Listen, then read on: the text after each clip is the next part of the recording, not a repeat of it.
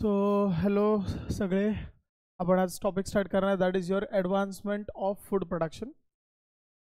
ह्या टॉपिकमध्ये आपण डिस्कस करणार आहेत की जे फूड प्रोडक्शन आपले इंडियन कंट्री आणि फॉरेन कंट्रीजना अपकमिंग किंवा ग्रोईंग पॉप्युलेशनची जी साईज वाढत चाललेली आहे, तर त्या पॉप्युलेशनला डिमांड फुलफिल होण्यासाठी, कारण की ॲज अन एक्झाम्पल आपली इंडियन कंट्री जेव्हा इंडिपेंडेंट झाली, दॅट वॉज बॅक इन 1947, तेव्हा आपली इंडियाची पॉप्युलेशन हार्डली किती होती, 35 करोड. ठीक आहे. आज 2025 चालू आहे, असं म्हणतात की we are almost 150 crore people. एवढे जर लोक वाढले, तेवढी प्रजाती जर वाढली, ह्युमन पॉप्युलेशन वाढली जस्ट इन इंडिया, वर्ल्ड वाईडही तुम्हाला माहिती आहे की खूप वाढलेले आहे. आणि जर एवढी पॉप्युलेशन वाढली तर ह्यांचं फूड सॅटिस्फॅक्शन, जे हिडन हंगर आहे ते सॅटिस्फाय करण्यासाठी आपल्याला फूड प्रोडक्शनचं इम्प्रूव्हमेंट करणं गरजेचंच होतं. मग ते सगळ्या मीन्सनं असेल, हरित क्रांती असो किंवा तुमचं व्हाईट रेव्होल्युशन म्हणूया, ग्रीन रेव्होल्युशन, और तुमचं ब्लू रेव्होल्युशन, या अमुक तमुक गोष्टींच्या मेथडॉलॉजीनं फूड प्रोडक्शन वाढवलं आहे. ठीक आहे. तो फूड प्रोडक्शन जर वाढवलं आहे म्हटलो आपण, तर मग कशा प्रकारे वाढवलं, त्याच्यात काय काय का आपण मेथडॉलॉजीज अडॅप्ट केल्या, फॉरेन कंट्रीजनं आपल्याला काय अजून ॲडिशनल बेनिफिट्स दिले, आपण सगळं या टॉपिकमध्ये डिस्कस करू. मग ह्याच्यामध्ये आपल्याला बरेच ऑर्गॅनिझमची नावं पाठ करायची आहेत, काही ऑर्गॅनिझमच्या व्हरायटीजचे नावं पाठ करायचे आहेत. तो आपल्याला बरंच ह्याच्यामध्ये पाठांतर आहे. ठीक आहे. कन्सेप्ट्स काही क्वचित आहेत, बट पाठांतर भरपूर आहे आणि एक्झिक्यू पॉईंट ऑफ व्ह्यूनं तर खूप महत्त्वाचं. तो लक्ष द्या. चला आपण बघूया. तो एनहान्समेंट इन फूड प्रोडक्ट, तो इम्प्रूव्हमेंट इन फूड प्रोडक्शन कसं केलेलं बघा. So food is one of the basic need as it gives us energy for everything. Definitely, it keeps us alive, strong and healthy. It can be defined as, बघा ते काय म्हणतात, it can be defined as anything solid or liquid which we swallow. हे असतं काय, food swallow केलं, मग digested and assimilated by the body. ते assimilate काय, वापरलं. कीपिंग अस वेल, तो इव्हेंच्युअली काय म्हणतं, keeping us well. It is organic. Food कधीही कसं असतं, ऑर्गॅनिक असतं, एनर्जी रिच असतं, नॉन पॉयझनस. पॉयझनस असतं तर फूड कसं काय, पॉयझनस नाही येते, नॉन पॉयझनस आहे आणि बेनिफिशियल आहे. Edible and nourishing substance. Green plant synthesize their own food through photosynthesis, but animals, include humans, cannot synthesize their food on their own, hence depend on plants directly. The famine is responsible for dearth of food, besides the rapid and dramatic increase in the world population over the time. Main issue सांगतात की world population किती जरी time वाढत राहिली तरी main source of food तर तेच कायम राहणार आहे. To meet the increasing demand for the food, बघा काय म्हणतात. सो इन्क्रीजिंग डिमांड वाढत चालली, पॉप्युलेशन वाढते, ॲज वी नो पॉप्युलेशन काय होती, वाढत चालली. Population is increasing, so demand of the food is also increasing. आता डिमांड जर वाढत चाललेली आहे तर आपल्याला हेही माहिती आहे की सप्लायही वाढवावं लागणार आहे. काय करायला लागणार आहे, सप्लाय पण वाढवावं लागणार आहे. बरोबर समजतं सर्वांना. तो बघा, so there is need for improvement of food production both quantity wise. तो डिमांड वाढली, तर आता सप्लाय पण वाढवावं लागेल, क्वांटिटी पण वाढवावं लागेल. नक्कीच एवढी लोक खात आहेत म्हणल्यावरती क्वांटिटीही वाढवावं लागणार, पण सोबतच आपल्याला माहिती आहे त्याच्यामधली क्वालिटीही वाढवावं लागेल. क्वालिटी म्हणजे कसे, नरिशमेंट. क्वांटिटी का, तर व्हॉल्यूम वाढलं पाहिजे फूड. पण आपण काही चटरमटर खाऊन जमणार नाही, आपल्याला काय क्वालिटी तेवढीच खाता आली पाहिजे. तो क्वांटिटी पण वाढली पाहिजे आणि क्वालिटी पण वाढली पाहिजे. क्वांटिटीनं पोट भरेल, पण क्वालिटीनं हंगर, जे मॉलिक्युलर हंगर म्हणतो किंवा सेल्युलर हंगर, ती फुलफिल होणार आहे. समजतंय. सो हे करण्यासाठी क्वांटिटी आणि क्वालिटी वाईज जर वाढवायचं असेल तर प्लांट ब्रीडिंग, काही मेथडॉलॉजीज आणल्या, प्लांट ब्रीडिंग आणि animal breeding has mainly helped us to increase the food production. आपल्याला दोन गोष्टी कराव्या लागल्यात. पहिलं म्हणतात ते प्लांट आणि दुसरं सांगतात की ॲनिमल ब्रीडिंग करायला लागेल. ब्रीडिंग म्हणजे काय असतं की त्यांचं प्रोडक्शन वाढवण्यासाठी त्यांचं रिप्रोडक्शन वाढवलं तर नेक्स्ट जनरेशन बनणार, नेक्स्ट जनरेशन बनली की त्यांचं अमाऊंट वाढला. तो ॲनिमल आणि प्लांट ब्रीडिंगच्या मदतीनंच तुम्ही फूड प्रोडक्शन एनहान्स करू शकता. हे पहिल्या पानाचं कन्क्लुजन. चलो पुढं नेक्स्ट. आता ह्याच्यामध्ये आपण सगळ्यात पहिले शिकणार आहोत what do you mean by plant breeding. Plant breeding काय असते, कशासाठी केली जाते, त्याच्यानंतर मग पुढं आपण त्याचे स्टेप्स बघा. प्लांट ब्रीडिंगचे जे स्टेप्स आहेत ते आपल्याला एक्झामला थिअरी पेपरला येणार आहे, लक्ष द्या. Plant breeding, what is plant breeding. Improvement or purposeful manipulation in the heredity of the crops. आता हेरिडिटी ऑफ द क्रॉप्स एक एक्झाम्पल, आपण कुणाची जेनेटिक्स का मॅनिप्युलेट करतोय. So for example let's say आपण 2 मँगोची व्हरायटीज घेतल्यात. हा मँगो व्हरायटी 1 म्हणूया आपण, हे मँगो व्हरायटी 2 म्हणूया.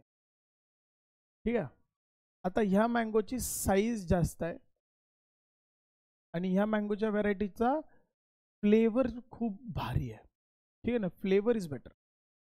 आणि आपली इच्छा काय, आपण शेतकरी आहेत इमॅजिन करा, तर आपली काय इच्छा आहे या हे दोन्हीचं कॉम्बिनेशन माझ्या शेतात लावलेल्या आंब्याला असलं पाहिजे. सो आपण जेव्हा ह्याच्याशी ब्रीड करतो, ब्रीड म्हणजे क्रॉस करणे, ब्रीड म्हणजे काय, क्रॉस करणे, आणि एक असा क्रॉप बनवतो, एक असा मँगो प्लांट बनवला, आपण एक नवीन व्हेरायटी जनरेट केली, एक नवीन मँगो प्लांट बनवला, mango part 3 which has both high size of mango as well as better flavour.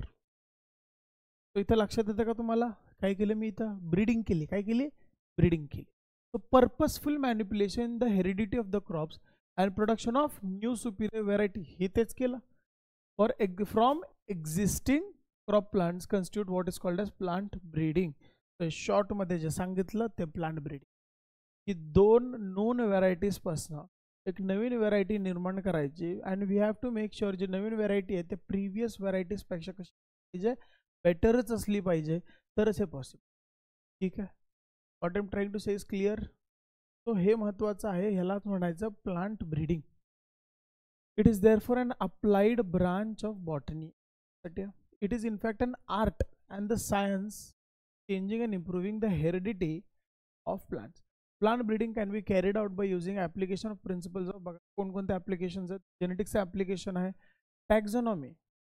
टॅक्झॉनॉमी म्हणजे काय असतं, ज्याच्यामध्ये आपण क्लासिफाय केलेले असतात ऑर्गॅनिझम. सो ह्या टॅक्झॉनॉमीशिवाय आपल्याला कधी माहितीच नाही पडणार कोणत्या व्हरायटीमध्ये कोणते कॅरेक्टर्स आहेत, कारण की कॅरेक्टरायझेशनचा पार्ट टॅक्झॉनॉमीने पाहिलेला आहे.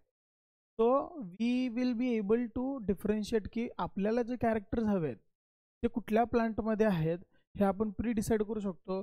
आणि ती सगळी इन्फॉर्मेशन आपल्याला टॅक्झॉनॉमिस्टनं दिलेली आहे, आणि ते कोणत्या ब्रांचमध्ये आहे, टॅक्झॉनॉमी ब्रांचमध्ये.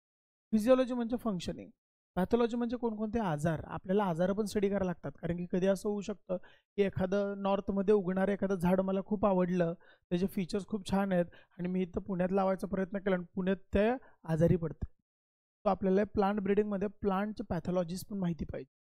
आपल्याला ॲग्रिकल्चर कसं करायचं, कसं त्याला पाणी द्यायचं, भरपूर पाणी द्यायचं, कमी पाणी द्यायचं, न्यूट्रिशनसोबत कसं असलं पाहिजे, खत कसं असलं पाहिजे, या सगळ्याचं नॉलेजसुद्धा आपल्याला ठेवावं लागणार आहे प्लांट ब्रीडिंग करत असताना. आणि शेवटी RDNA टेक्नॉलॉजी, कधी कधी काही लिमिटेशन्स जेव्हा येतात, जेनेटिक्सचे मिक्सअप करण्याचे लिमिटेशन जेव्हा येतात, तेव्हा त्याला आपण ओव्हरकम करू शकतो हेल्प ऑफ R. लक्षात येतं. So let's start with plant breeding.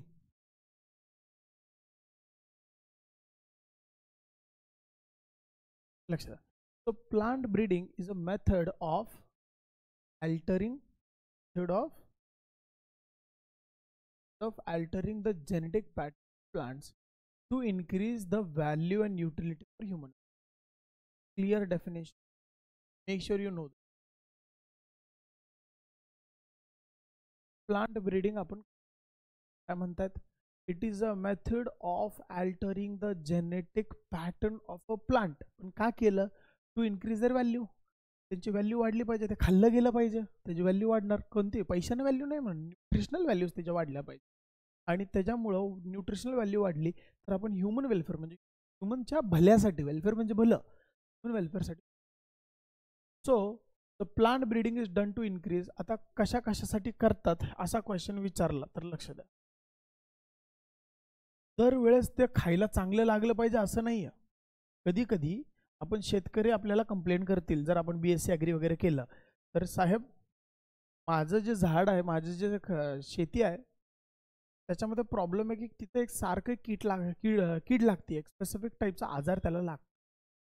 किंवा तो म्हणतो की साहेब मला जी शेती करायची त्याला पाणी भरपूर लागतं, आणि माझ्या भागामध्ये, मी ज्या भागात राहतो, ज्या गावाकडे राहतो, तर पाण्याचं कमतरता.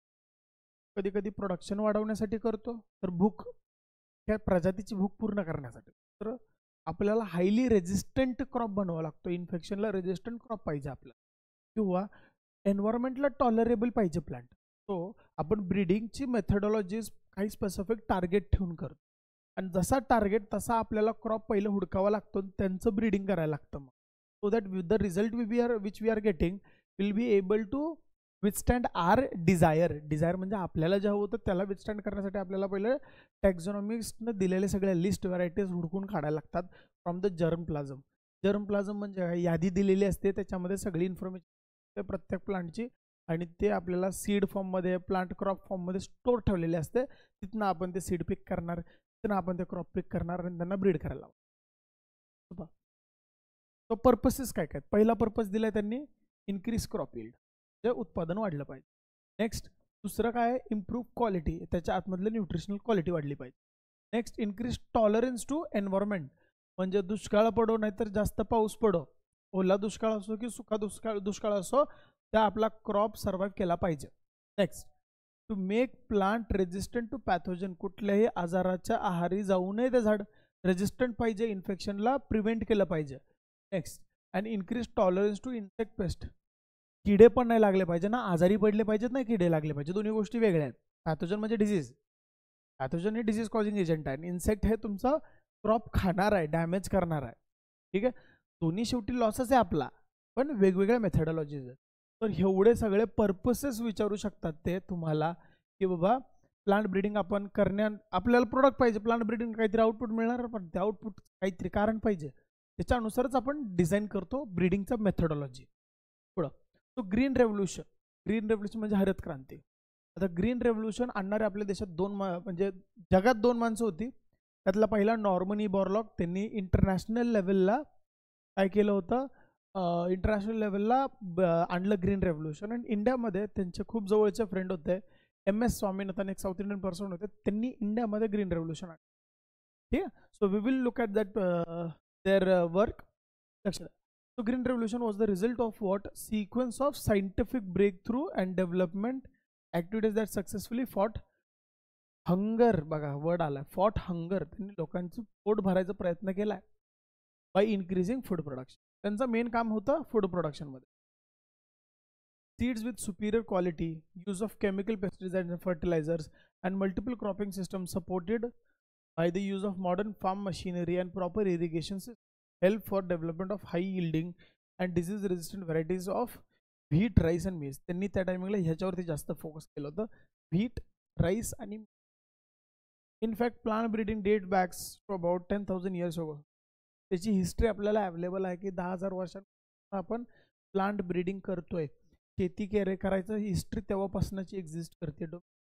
प्लांट्स त्या टायमिंगला झालेला आहे The present day crops are the result of domestication and acclimatization. Acclimatization म्हणजे काय असतं न्यू कंडिशन्सला ॲडजस्ट acclimatization काय असतं न्यू कंडिशन्सला ॲडजस्ट होणं समजलं सो आज जे आपण क्रॉप्स लावतोय ते तेव्हा केले गेलेले डोमेस्टिकेशन होती त्या क्रॉप्स काय होती तेव्हा केले गेलेले डोमेस्टिकेशन हे पुढे आता आपल्या समोर हे दोघं आहेत हे बघा MS Swaminathan Norman E Borlaug आहेत बघा हे काय Norman E. Borlaug, an American biologist who has been called what? Father of Green Revolution star mark. Agriculture's greatest spokesperson पण म्हणतात the man who saved billion lives का बरं एवढ्या लोकांचं पोट भरलं ना त्या माणसानं man who saved billions of lives. Dr. Borlaug 1970s Nobel laureate Nobel Prize मिळाला was honored for his work in Green Revolution billions of lives from famine in India Mexico and Middle East.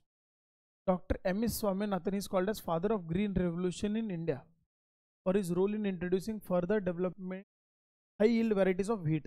यांनी तर बनवलीच होती हाय yield variety कारण की आपल्या कंट्रीमध्ये तर कसं आपण चपाती खातो पण फॉरेन कंट्रीजमध्ये ब्रेड हे मेन फूड सोर्स होतात आणि ब्रेड म्हटलं तर व्हीट तर असणारच ब्रेड म्हटलं तर काय असणार आहे व्हीट जर असेल तर त्याच्यापासून ते त्यांना हायर यील्ड पाहिजे ना झाड मोठं नको आहे त्याचे सीड्स भरपूर पाहिजे है ना झाड किती उंच असलं छोटा असलं सीड भरपूर असले तरी भागता येईल आपलं काय त्याचं आपल्याला घेणं देणं नाही सीडचं घेणं देणं आहे त्यासाठी त्यांनी सेमी ड्वार्फ हाय नंबर सीड क्रॉप डेव्हलप केलता प्लांट ब्रीडिंगच्या मेथडनं कळतं आणि ते त्याचीच एक व्हरायटी जी डेव्हलप केली गेली ते स्वामीनाथननं आपल्या कंट्रीमध्ये इंट्रोड्यूस केली आणि आपल्या कंट्रीमध्ये सुद्धा काय केलं, ग्रीन रेव्होल्युशन क्लिअर आहे. काय केलं आपल्या कंट्रीमध्ये ग्रीन रेव्होल्युशन, कुणी MS स्वामीनाथन, हे लक्षात द्या. So for his role in introducing and further developing high yielding varieties of wheat in India, he advocated moving India to sustainable development, especially environmental sustainable agriculture, sustainable food security and preservation of biodiversity. Biodiversity पण preserve करा हे त्यांनी.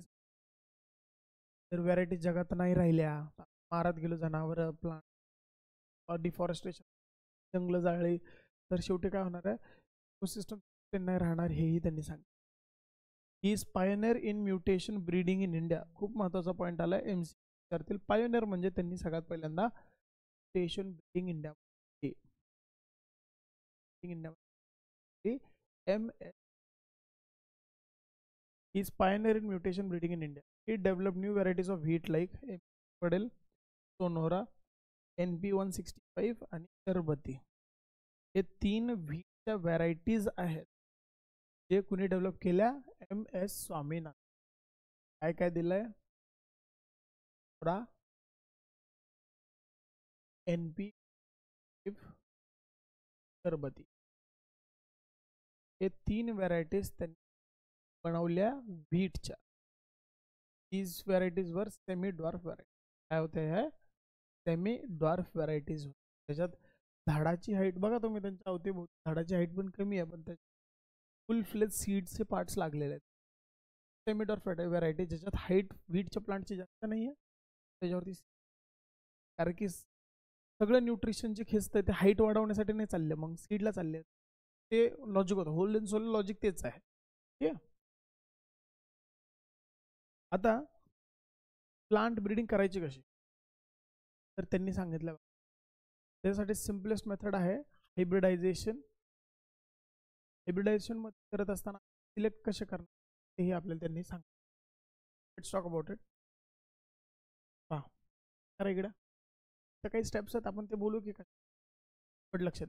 Hybridisation is the chief method. Hybridisation काय, एक chief that offers greater possibility in the crop improve.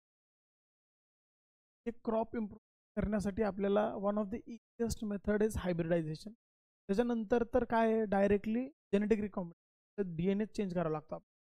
DNA change करायच्या लेवलला जर दिलंय महाग, एवढा खर्च करू तर 2 डिझायर्ड व्हरायटीवाले बघायचे, डिझायर्ड व्हरायटी याच्यात ब्रीड करायचं म्हणजे ते पोलन ग्रेन्स ह्याच्या ओव्हरीवरती ट्रान्सफर करायचे, फर्टिलायझेशन घडवून आणायचं, सीड लावायचं आणि चेक करायचं आपली व्हरायटी आहे का नाही. नसेल परत एकदा ती दोन्ही व्हरायटी घ्यायचे, परत पोलन ट्रान्सफर करायचे, परत सीड होऊ द्यायचं, परत ते लावायचं, चेक करायचं. आणि असं म्हणतात की 1000 मधला क्वचित एखाद दुसरा क्रॉस सक्सेसफुल होतो, पण ते फार बेटर आणि फार स्वस्त आहे as compare to genetic recombination. Genetic recombination highly expensive, because तुम्ही जेनेटिक लेवलला, मायक्रोस्कोपिक लेवलला, मायक्रोस्कोपिक म्हणून काय मॉलिक्युलर लेवलला चेंज आहे, that is going to be very expensive. But on the other hand it is going to be sure. त्याच्यामध्ये आपल्याला लावून चेक करायला लागतं, तेव्हा श्युअर होतो की बाबा करेक्ट आहे का नाही, झालं का नाही, लक्षात. तर बघा, the use of this method is the only effective means combining together the desirable character of 2 किंवा जास्त डिझायरेबल व्हरायटीचे क्रॉप्स कॅरेक्टर्स आपण कंबाईन करू शकतो. ठीक आहे. By this method one can create new genetic combination. ठीक आहे, नवीन क्रिएट करू तो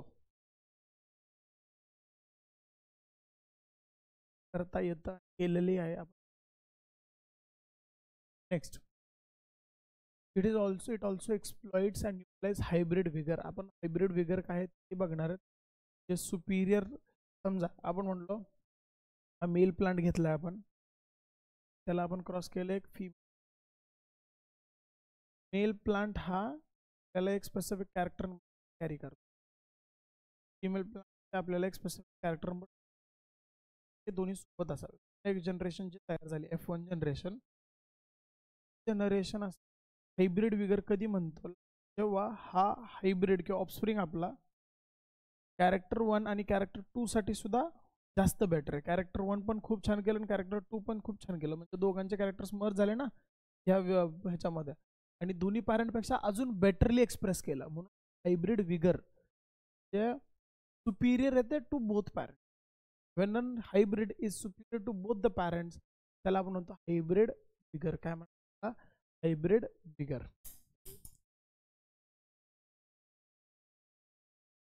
नेक्स्ट पहा, हायब्रिडायझेशन कॅन बी. आता हायब्रिडायझेशनचे प्रकार सांगतील ते आपल्याला. तर सगळ्यात पहिलं सांगतायत की ते इंट्रा व्हरायटल आहे, इंटर व्हरायटल, ठीक आहे. तिसरा आहे इंटरस्पेसिफिक, आहे इंटरजेनेरिक. दिले का?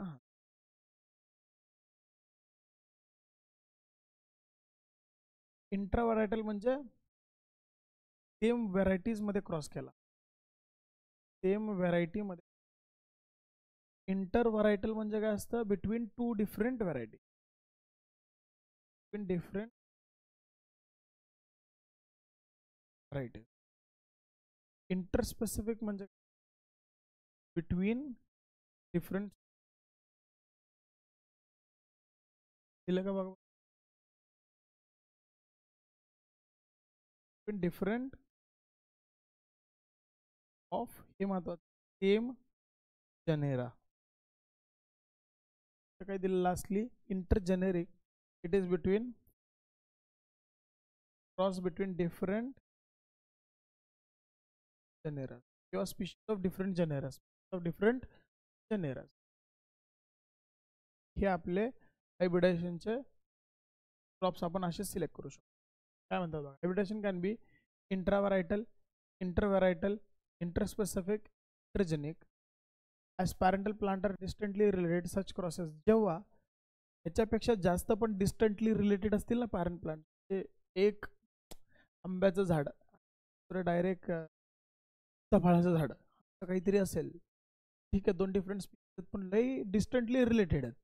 एकाकडे ॲग्रिगेट फ्रूट आहे, एकाकडे सिम्पल फ्रूट आहे, त्या दोघांचं पण कॅरेक्टर्स बिलकुल मॅच करत पण येत नाहीत. मग हे झाले डिस्टंटली रिलेटेड. आणि जेव्हा दोन parents, when two parents are crossed with each other but they are distant relatives, they are distant relatives, लांबचे नातेवाईक आहेत, सेम फॅमिलीमध्ये पण येत, तशा क्रॉसला ते म्हणतात वाइड क्रॉस और डिस्टंट. बघा, parental plants are distantly related, such crosses are called as wide crosses or distant crosses.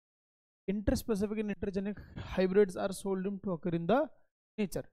Naturally खूप टफ आहे इंटरस्पेसिफिक किंवा इंटरजेनेरिक हायब्रिड्स नॅचरली मिळणं. ते म्हणतात म्हणजे तुम्ही लॅब्समध्ये प्रोड्यूस केलेले आहेत, but naturally seldom tough to occur in the nature. The main step of the plant breeding programme. आता हायब्रिडायझेशन करत असताना आता हे तर कळालं की सर, आपण म्हणतो की सर आम्हाला हे कळालं की आपण ब्रीडिंग कसं करणार है ना, बट मेन प्रॉब्लेम आता असं ब्रीडिंग का करतो हे कळालं, कोणाकोणाचं करू शकतो हे कळालं. आता कसं करणार हे बघूया. तर त्याचे 5च स्टेप्स आहेत. हे 5 स्टेप्स पहिले तुम्हाला पाठ पाहिजेत, त्याच्यानंतर तुम्ही त्याच्यामध्ये अजून थोडंसं डिटेल्ड ॲड करू शकता. But for writing an answer at least these 5 steps you should be memorising in very correct man. बघा, सगळ्यात पहिलं काम आहे कलेक्शन ऑफ व्हेरिएबिलिटी. तुम्हाला कोणत्या प्रकारचा क्रॉप पाहिजे तुमच्या प्रोडक्टमध्ये, त्या प्रोडक्टमध्ये कोणत्या प्रकारचा क्रॉप पाहिजे हा आपण डिसाईड करणार सुरुवातीलाच. एंडला असं नाही ना सरप्राईज व्हायचं, अरे युरे का काहीतरी नवीनच भेटलं. असं आपल्या क्रॉपमध्ये कोणता कॅरेक्टर हवा आहे हे डिसाईड होणार आपली गरज. आपली गरज प्रोडक्शन जास्त आहे तर आपलं प्रोडक्ट पण, आपली गरज काय, प्रोडक्शन जास्त, तर आपलं प्रोडक्ट डिसाईड होणार ना असा प्लांट बनवायचा आहे त्याचं प्रोडक्शन हाय असेल. तो पहिलं प्रोडक्ट ऑलरेडी डिसाईड. मग असा कोण देऊ शकतात दोन पॅरेंट ज्यांच्यामुळं, ज्यांच्या ब्रीडिंगनं आपल्या प्रोडक्ट हाय मिळेल असे नेचरमधनं हुडकून काढ. मग ज्या सोर्स असतील ना, सर्व सोर्सेसमधनं आपण आपले डिझायर्ड 2 पॅरेंट डिसाईड करणे, दिस टाईप काय is called as collection of. मग त्यांचं इव्हॅल्युएशन केलं जातं. बघा, डिसाईड केलं, इव्हॅल्युएशन केलं जाणार, सिलेक्शन ऑफ पॅरेंट झालं. मग त्यांचं क्रॉस करणार, दॅट इज हायब्रिडायझेशन. हायब्रिड केल्यानंतर ते सीड जे मिळतील त्यातलं हुडकायला लागेल ना, आपला जो हवा कॅरेक्टर आहे ते दोन्ही कंबाईन झाले का नाही, त्या क्रॉप हुडकायचा. मग सीडवरनं बघून तर कळणार नाही ना, ते लावावं लागेल. म्हणजे बघा, पहिलं selection and testing of recombinant, classly testing, release and commercialisation of cultivar. जे नवीन क्रॉप बनवला त्याचं विकणे. आता बघू काय आहे मग एक एक एक. सगळ्यात पहिलं कलेक्शन ऑफ वाईल्ड स्पीशीज. तो नेचरमध्ये जाऊन हुडका किंवा relatives of the cultivated species have desired traits. हे डिझायर्ड ट्रेट आपल्याला जे हवे ते भेटणार, नेचरमध्येच भेटणार. Should be collected and preserve. The entire collection having all the diverse alleles for all genes crop is called as germ. Germplasm म्हणजे प्रकारच्या carry करत कलेक्शन जे असेल, म्हणजे त्या क्रॉपचे स्किल्स कॅरी करणार कलेक्शन. मग तुम्ही झाड फॉर्ममध्ये, झाड फॉर्ममध्ये, सीड फॉर्ममध्ये स्टोर करू. सो आता मला जंगलात जाऊन हुडकायची गरज नाही पडणार. कुणी जर्म प्लाझम कलेक्शन बनवलेलं असेल ना, त्याकडे जाणार, म्हणणार एक असा क्रॉप दे ज्याचं प्रोडक्शन जास्त आहे. मला काय पाहिजे, प्रोडक्शन जास्तवाला पण पाहिजे, पण क्वालिटीवाला पण पाहिजे. दुसऱ्या जर्म प्लाझम कलेक्शनला मला असं क्रॉप दे या स्पीशीज, ते माझं ठरलेलं स्पीशीज ज्याचं प्रोडक्शन हायवालं. तर सीड ऑलरेडी एका जागेवरून घेतलं किंवा झाड एका जागेवरून घेतलं, आता त्याच्यात घेणार तिथं क्वालिटी असला पाहिजे. त्या दोघांना आणलं, त्यांना ग्रो केलं, त्यांना सेक्शुअल रिप्रोडक्शन करायचं. सेक्शुअल रिप्रोडक्शनमध्ये सीड्स मिळतील ते परत लावले, चेक करणार. आता क्वालिटी पण पाहिजे, रिप्रोडक्शन पण हाय पाहिजे, असा क्रॉप बनलाय का नाही. So variation are useful in selection. Germplasm conservation can be done in following way. एक आहे इन सितू कन्झर्वेशन. जर्मप्लाझम 2 मेथडनं बनवू शकतो, सितू आणि एक एक्स सितू. इन सितू म्हणजे डायरेक्ट ते उगवून लावलेले झाडं नेचरमध्ये ग्रो करतात, तिथनं जाऊन कलेक्ट करा. ठीक आहे. दुसरं एक्स सितू कलेक्शन, ज्याच्यात आपण ते सीड फॉर्ममध्ये आपल्या इथं स्टोअर केलेत, बॉक्समध्ये आपण कॅटेगराईज करून व्हॅरायटेशन स्टोअर दिलंय. बघा, in situ it can be done with help of forest and natural reserves. Ex situ आपण कुठं करतोय, सीड बँक्समध्ये किंवा बोटॅनिकल गार्डन्समध्ये इकडे आणून लावले ते झाडं, सिटीमध्ये लावले, जंगलात नाही आहेत, ह्युमन मॅनेजमेंटच्या अंडर आणलंय. असे 2 प्रकारे जर्मप्लाझम कलेक्शन. तो बघा, आपण एक एक्झाम्पल कॅरी फॉरवर्ड करूया. आपल्याला एक असा क्रॉप पाहिजे. डिझायर काय आपलं डिझायर काय, डिझायर्ड क्रॉप कसा असला पाहिजे. ठीक आहे. तर म्हणतोय की क्वालिटी हाय पाहिजे, प्रोडक्शन पण हाय पाहिजे. प्रोडक्शन भरपूर होत आहे, पण खायला मजा नाही, क्वालिटी नाही त्यात. न्यूट्रिशनली फुलफिल क्रॉप आहे, न्यूट्रिशनल फुलफिल करत आहे, स्किल्स कमी आहेत, जेनेटिकलीच कमी. तो आपली इच्छा होती की दोन्ही क्वालिटीज एकाच क्रॉप. मग आपण काय केलं, आपण जर्म प्लाझमकडे प्लाझममध्ये जर्म प्लाझम, मग सितूमध्ये पण गेला तर एक सितूमध्ये एक क्रॉप आपल्याला भेटला, क्रॉप नंबर 1. त्याच्यामध्ये क्वालिटी ऑफ न्यूट्रिशन हाय आहे. एक क्रॉप भेटला आपल्याला जर्म प्लाझम मध्ये जाऊन, त्याच्यामध्ये प्रोडक्शन. ठीक आहे. आता आपल्याला 2 भेटल्या. आता ह्या दोघांना इव्हॅल्युएट करायचं. बघा, इव्हॅल्युएट करणं, इव्हॅल्युएशन अँड सिलेक्शन. आपण जर्मप्लाझम मध्ये गेलो, हे झालं तुमचं कलेक्शन ऑफ व्हेरिएबिलिटी. सगळे व्हेरिएबिलिटी कलेक्ट केले आणि मग त्यातनं आपल्याला जो हवा आहे तो पिक करणं, म्हणजे इव्हॅल्युएट करून सिलेक्ट केलं की हा क्रॉप. पण आपल्याकडे 100 क्रॉप मिळाले होते, व्हेरिएबिलिटी सगळे कलेक्ट करत आहे ना, आपल्याकडे 100 व्हरायटीज झाल्या. आता असं झालं की आपण झालो कन्फ्यूज, आणि आपली डिझायर्ड काय, डिझायर्ड क्रॉप कसला पाहिजे होता, ह्या दोन्हीचा. मग आपण सगळ्यांना चाललं, 100 व्हरायटीज ऑफ क्रॉप्स भेटले होते ना, सगळ्यांना चाललं, सॉरी, आणि त्यातला आपल्याला जो हवा कॅरेक्टर ते 2 कॅरेक्टरचे क्रॉप्स उचलले. Crop number 1, crop number 2 out of hundreds and thousands from the germplasm आपण ते 2 डिसाईड केले. सो इव्हॅल्युएशन अँड सिलेक्शन ह्यालाच म्हणतात. It is an important and essential step. The collected germplasm is evaluated. Screening करायचं to identify plant with desirable character. आपल्याला जो हवा होता त्या कॅरेक्टरचे 2च क्रॉप भेटले. बस झाले, enough, more than enough. 2 plant selected as parents must be healthy. आता ते प्लांट जे असतील ते कसे पाहिजेत, हे हेल्दी पाहिजेत, विग्रस पाहिजेत, म्हणजे ज्या कॅरेक्टरसाठी आपण त्यांना घेतलंय ते त्यांच्यामध्ये चांगला दिसला पाहिजे. And should show desirable character but complementary features पण असले पाहिजेत. काही सोबत अजून काही ॲडिशनल बेनिफिट्स असतील तर ते फार बेटर, फार बेटर. ठीक आहे, क्लिअर आहे. Next, so the selected parent are self for. आता त्यांची काय करायची, सो क्रॉप 1 ह्याची आपण करणार सेल्फिंग. सेल्फिंग म्हणजे सेल्फ रिप्रोडक्शन करणार, ह्याची पण काय करणार, सेल्फिंग. आता क्वेश्चन हा सगळ्यात पहिला विचारला जातो, सर जो डिझायर्ड कॅरेक्टरवाला क्रॉप जर घेतला तर त्याची आपण सेल्फ का करतो, तर ते जे कॅरेक्टर होतं त्याच्यामुळे त्याला निवडलाय तो स्टेबल झाला पाहिजे. कारण की सेल्फ पॉलिनेशन किंवा सेल्फ क्रॉसिंगनं काय होतं, कुठलाही कॅरेक्टर होमोझायगस कन्वर्ट होतं. काय होतं, होमोझायगस. तो सेल्फिंगनं आपला desired character will be incorporated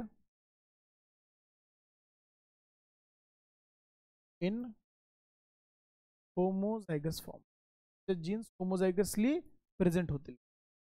म्हणून आपण काय प्रिफर करतो, पहिलं सिलेक्टेड कॅरेक्टरच्या क्रॉपला सेल्फिंग करायला होतो. Desired character with will be काय लिहिलंय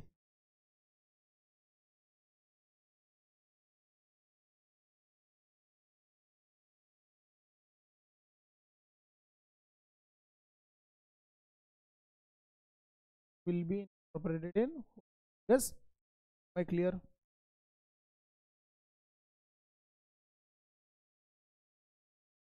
The selected parents are self for how many generation, 3 to 4 generation ते विचारू शकतात. To make them pure or homozygous बनवण्यासाठी. It is made sure that only pure line are selected, multiplied and used in hybridization. Pure line म्हणजेच homozygous allow करतो, कारण की otherwise काय होईल, कॅरेक्टरचं सेग्रिगेशन होईल ड्युरिंग रिप्रोडक्शन. आणि जे डिझायर्ड कॅरेक्टर होतं ते लॉस होऊन जाईल ड्युरिंग हायब्रिडायझेशन. आणि at the end of the product आपण डोक्याला हात लावणार, ते यार ते सेग्रिगेट होऊन गेलं. आणि आपली चुकी काय होती, आपण त्याला हेट्रोझायगस फॉर्म, पण होमोझायगस फॉर्ममध्ये असेल तर पण जे जीन्स असतील त्या कॅरेक्टरसाठी ते असतील क्वालिटीवाले असतील किंवा प्रोडक्शनवाले. पुढची स्टेप, तर नेक्स्ट काय करायचं असतं, हायब्रिडायझेशन. काय करायचं, हायब्रिडायझेशन बघा, the variety showing desirable characters are selected as female parent of the other one is selected as male parent which lacks good character found in recurrent. ह्याच्यातलं कॅरेक्टर ह्याच्यात नाही, ह्याच्यातलं कॅरेक्टर ह्याच्यात नाही. द पोलन ग्रीन फ्रॉम, इथं आपण हायब्रिडायझेशनला artificial hybridisation technique use करतो, जे मेंडलने दिली होती आपल्याला. काय करतो, आपला क्रॉप 1 होता,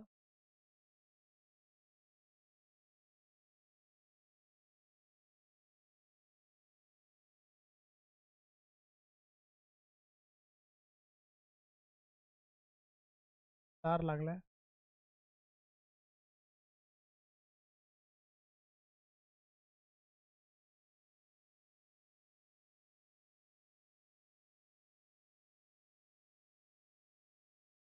बरोबर आहे.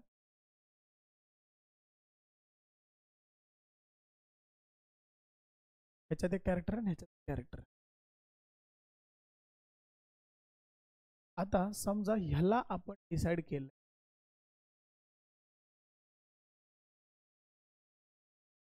तर मेजर काम वरती चालू. ह्याला फक्त आपण मेन मधनं आपण काय थर कट करून थर कलेक्टेड फ्रॉम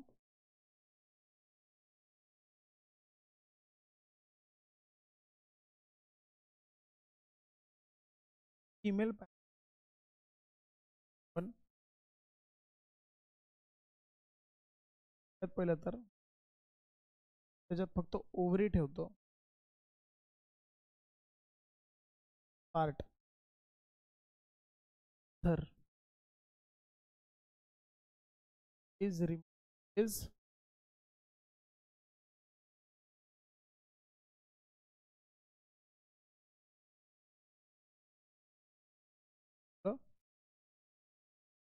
त्याच्यानंतर त्याला बटर पेपर बॅग काय सांगतो, बटर पेपर बॅग न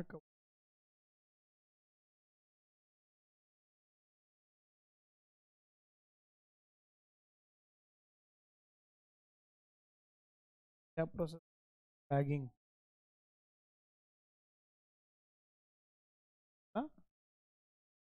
आणि मग जेव्हा हा क्रॉप मॅच्युअर होणार, मॅच्युअर झाला, मॅच्युअर झाला, तर मग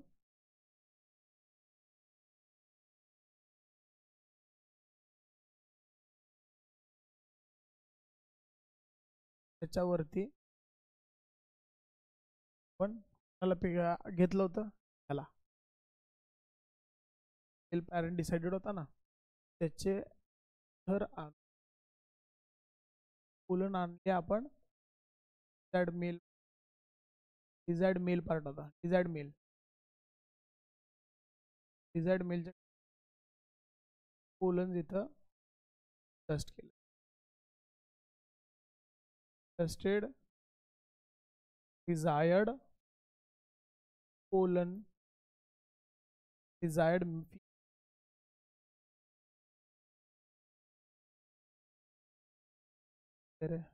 फिमेल, परत एकदा बॅगिंग करून ठेवावं लागतं.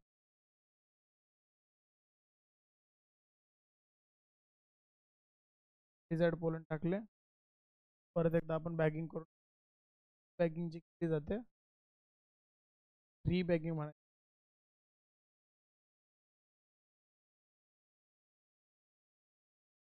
To avoid अनडिझायर्ड pollens. मग तो फर्टिलायझेशन होणार, त्याच्यापासून फर्टिलायझेशन झाल्यानंतर सीड लावून बघायचा, आणि लावल्यानंतर जेव्हा ह्याच्यापासून आपल्याला सीड मिळाला, त्याला सीडला आपण लावलं क्रॉपाला, हा असेल तुमचा hybrid vigour, hybrid vigour, because it is superior to both male parent and female parent. त्याच्यामध्ये दोन्ही कॅरेक्टर असतील, क्वालिटी पण हाय क्वालिटी, हाय प्रोडक्शन. हे जर आपण करू शकलो तर आपल्याला काय रिअलाइज होत आहे की हा दोन्ही कॅरेक्टरला सुपिरियर मेल आणि फिमेल पॅरेंटला हायब्रिड. तो ह्याच्यामध्ये एवढाच हे ब्रीडिंगचे मेथड फॉलो जरूर. 1000 सीड्स आपण जेव्हा तयार करतो त्याच्यातला क्वचित 1 किंवा 2 हायब्रिड विगर तयार होतं, but it's still far more cheaper than the biotechnology genetic. आपण ते स्टेप्स पुन्हा एकदा बघू बघा. Pollen grains from anther of male parent collected, then artificially dusted over stigma of emasculated flower. कारण की बघा, हा जो पॅरेंट होता आपला, त्याचा मेल पार्ट आपण कट टाकला, दिसतं का मेल आहे का याच्यामध्ये, मेल पार्ट इज रिमूव्ह, त्या प्रोसेसला आपण म्हणतो इमॅस्क्युलेशन. तर ही इमॅस्क्युलेटेड फिमेल आहे, हे काय आहे, इमॅस्क्युलेटेड, बरोबर, इमॅस्क्युलेटेड. पुढं pollination is followed by seed and fruit, ठीक आहे, is thus often represents hybrid generation, hybrid असणार आहे.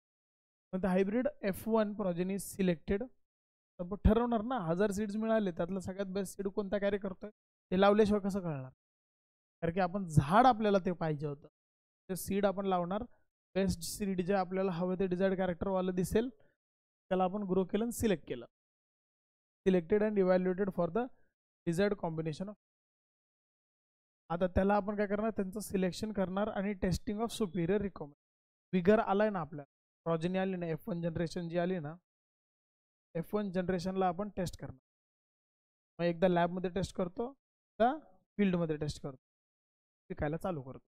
F1 hybrid plant showing superiority over both parents, the hybrid vigor, and having hybrid vigor are selected. Such hybrids are then sailed for few generation. Again self का, तर ते character कसं व्हायला पाहिजे, मग जे हायब्रिड आहे त्याच्यामध्ये ते कॅरेक्टर कसे व्हायला पाहिजेत, होमोझायगस व्हायला पाहिजेत. व्हायला पाहिजेत होमोझायगस. लक्षात आलं. To make them homozygous for the desirable character till there is a state of uniformity. म्हणजे ते कॅरेक्टर डिसिपेट होणारच नाही तर आपल्याला सेल्फिंग करून ठेवावं लागतं, so that the characters will not segregate further. आता आपल्या लक्षात आलं, सिलेक्ट केलं, बेस्ट कॅरेक्टरला सिलेक्ट केलं, त्याला सेल्फिंग करत राहिलो आपण बरेच त्याच्यानंतर ते कॅरेक्टरचे डिझायरेबल कॅरेक्टर स्टेबलाइज केलं. नाव testing, release and commercialisation. The newly selected line are evaluated for the productivity and other feature. ते कोणते फीचर असू शकते, डिजीज रेजिस्टन्सचं फीचर असू शकतं, पेस्ट रेजिस्टन्स फीचर असू शकतं, किंवा क्वालिटीचं फीचर. जसं की आपण कोणते दोन घेतले होते, क्वालिटी आणि सोबतच प्रोडक्शन अमाऊंट. क्वालिटी आणि प्रोडक्शन अमाऊंट या दोघांना सोबत आपण आणलं एकाच क्रॉपमध्ये, कारण की ते दोन दोन वेगवेगळ्या क्रॉपमध्ये होतं, तर आपली इच्छा होती ते सेम क्रॉपमध्ये पाहिजे.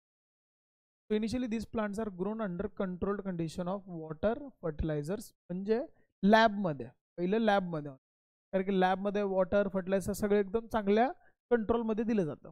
कारण की नेचरमध्ये नाही ना ठेवू शकत आपण, शेतकरी एवढा आवर्जून नाही करू शकत, बट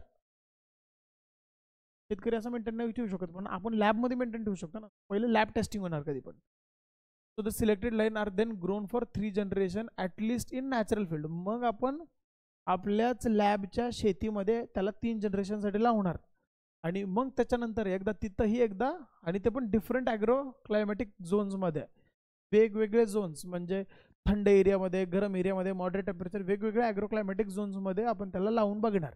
का, तर एकाच गावात थोडी विकायचं आपल्याला, देशभरात जर ते आपल्याला क्रॉप विकायचा असेल, त्याचे सीड्स विकायचे असतील, तर वेगवेगळ्या आपल्याला 3 जनरेशनपर्यंत वेगवेगळ्या ॲग्रो क्लायमॅटिक झोन्समध्ये त्यांना ग्रो करायचं. आणि एकदा शुअर झाले की finally variety is released as new variety for use by the farmers. आणि मग ते काय होतं, म्हणजे काय झालं, commercialise. Cultivation of many high yielding hybrid varieties of, बघा कोणाकोणाचे, rice, wheat, sugarcane, millets developed through hybridization. Fertilizer, pesticide and proper irrigation have helped farmer community to attain record agriculture production in India since 19, and this is called as Green Revolution. So 1961 पासून Green Revolution आलं, and the father of Green Revolution in India was M.S. Swaminathan, and father of Green Revolution throughout the world was Norman E. Borlaug. Okay, तो आज के लिए देखो बच्चों इतना ही. लोग आज के सेशन में प्लांट ब्रीडिंग क्या होता है ना, तुम्हाला क्लिअर असेल सगळ्या स्टेप्स पिन पॉईंट पहिलं पाठ पाहिजेत, त्यानंतर त्याच्यातलं इंटरनल मटेरियल आहे. ठीक आहे, पिन पॉईंट स्टेप्स पाठ करतात.